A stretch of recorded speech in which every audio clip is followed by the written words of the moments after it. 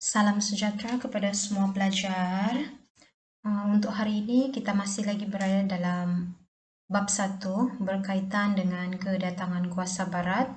Dan minggu lalu kamu sudah belajar berkaitan dengan bagaimana persaingan-persaingan kuasa barat untuk masuk ke dalam negara kita. Dan untuk hari ini kamu akan masuk dalam subtopik yang terakhir dalam bab 1 ini, yaitu berkaitan dengan perbezaan strategi kuasa barat untuk menguasai negara kita.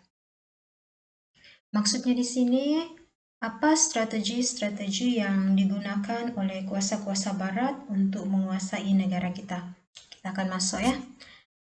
Oke, kita tengok di bahagian pengenalan dahulu. Kuasa-kuasa barat menggunakan pelbagai strategi untuk menguasai negara kita. Contohnya, Portugis menggunakan strategi menyerang semasa kejatuhan Kesultanan Melayu Melaka. Dan kalau kamu masih ingat, dalam tingkatan 2, bagaimana Kesultanan Melayu Melaka akhirnya ditumbangkan ataupun Portugis menggunakan kelemahan yang ada pada masa itu pada Kesultanan Melayu Melaka untuk masuk dan juga untuk menjajah negeri Melaka. Itu Portugis. Belanda pula menggunakan strategi serangan fizikal. Apa maksud serangan fizikal di sini? Maksudnya menggunakan ketenteraan. Belanda juga menggunakan perjanjian, pakatan, kuasa barat untuk mendapatkan tanah jajahan. British pula menggunakan strategi bersifat diplomasi berdasarkan isu dan faktor setempat. Diplomasi di sini lebih kepada perbincangan ataupun bersama-samalah, okey? British mula mengubah dasar tidak campur tangan kepada dasar campur tangan selepas Parti Konservatif mengambil alih pentadbiran daripada Parti Liberal. Okey, apa maksudnya di sini dia mengubah dasar tidak campur tangan? Okey, sebelum ini dia tidak ambil kisah lah. Okey, dia tidak mau peduli, tetapi oleh sebab ada kepentingan-kepentingan dia tersendiri yang perlu dia ambil. Okey, jadi dia mengubah dasar kepada dasar campur tangan. Dan dasar campur tangan ini dipengaruhi oleh desakan pedagang untuk melindungi kepentingan pelaburan mereka dan kepentingan ekonomi British. Maksudnya di sini kenapa dasar itu berubah daripada tidak campur tangan kepada campur tangan? Ada dua sebab: untuk melindungi kepentingan pelaburan dan kepentingan ekonomi British.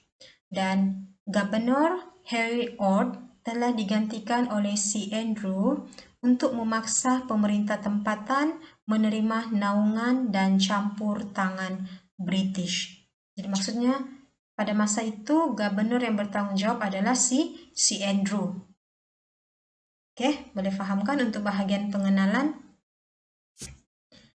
Sekarang kita tengok strategi kuasa-kuasa barat. Oke, ini terbahagi kepada 3, British, Belanda, dan juga Portugis.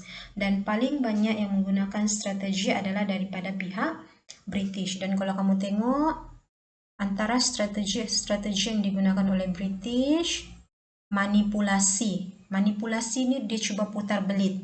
Oke, putar belit. Yang kedua, melalui ugutan ataupun desakan. Melalui tipu hela. Okey, ini kamu akan belajar nanti. Melalui perjanjian, melalui pakatan. Pakatan ni dia merujuk kepada contoh. British, dia membuat pakatan dengan seseorang yang berada di tanah Melayu. Okey, jadi maksudnya pakatan itu mesti memberi kepentingan kepada kedua-dua belah pihak. Pajakan. Pajakan dalam arti kata lain adalah digadai. Okey, macam kamu gadai emas. Okey, seterusnya adalah melalui serangan fizikal. Serangan fizikal di sini maksudnya berperanglah melalui ketenteraan. Itu British. Jadi British kalau kamu tengok dia ada 1, 2, 3, 4, 5, 6, 7. Ada 7 strategi yang digunakan oleh British untuk cuba memonopoli ataupun cuba menguasai kita punya negara. Okey. Belanda pula dia hanya ada 3, iaitu serangan fizikal, pakatan, dan juga perjanjian. Manakala Portugis, dia hanya ada satu sahaja melalui serangan. Oke, kita pergi seterusnya. Kita tengok kepada Belanda. Strategi Belanda untuk menguasai negara kita tadi ada 3, melalui serangan fisikal, melalui perjanjian, melalui pakatan. Dan kita akan tengok bagaimana Belanda menggunakan serangan fisikal untuk menguasai negara kita. Serangan fisikal, Belanda menyerang Pulau Pangkor pada tahun 1650 dan Kuala Perak pada 1651 disebabkan monopoli biji timah oleh Belanda. Oke, maksudnya dia mau memonopoli ataupun menguasai biji timah yang ada di mana? Di Kuala Perak pada masa itu. Berperang dengan Selangor dan Rembau kerana bimbang penguasaan Selangor terhadap Selat Melaka. Berperang dengan Johor disebabkan perselisihan perdagangan. Berperang dengan Johor dan Selangor kerana perebutan perairan Selat Melaka.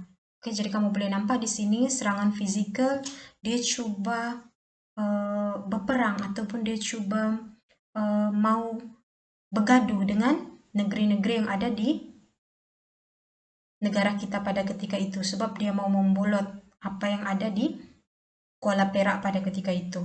Oke, itu melalui serangan fisikal. Tengok melalui perjanjian. Pada tahun 1650, perjanjian dengan Perak untuk mendapatkan biji timah. Dan pada tahun 1786, perjanjian dengan Selangor, yaitu Sultan Ibrahim setuju jual biji timah. Oke, selagi dia memberi kepentingan kepada kuasa barat tersebut, kepada kuasa asing tersebut, mereka boleh buat apa saja. Seterusnya ada melalui pakatan.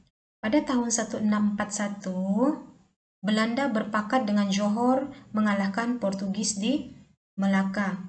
Dan pada tahun 1824, Belanda berpakat dengan British menandatangani perjanjian Inggris-Belanda. Oke, pakatan di sini sebab pada masa itu Portugis, kalau kamu masih ingat tingkatan 2, Portugis dia sudah masuk ke dalam negeri Melaka. Jadi pada masa itu si Belanda ini dia mau ambil ini Melaka. Oke, dia mau ambil Melaka itu daripada Portugis. Jadi cara dia adalah dia berpakat dengan Johor. Maksudnya berpakat dengan Johor mengusir mengusir Portugis ini daripada Melaka supaya dia boleh menguasai itu Melaka. Boleh faham kan? Dan cikgu harap kamu fahamlah apa yang cikgu terangkan. Oke, ini pula adalah strategi British. Tadi kita tengok ada berapa? Ada 7 kan? Oke, melalui serangan fisikal, melalui perjanjian, melalui ugutan dan juga desakan, melalui tipu hela, melalui pakatan, melalui pajakan, dan juga melalui manipulasi. Oke, seterusnya kita tengok kepada serangan fisikal yang digunakan oleh British. Pada tahun 1831 dan 1832,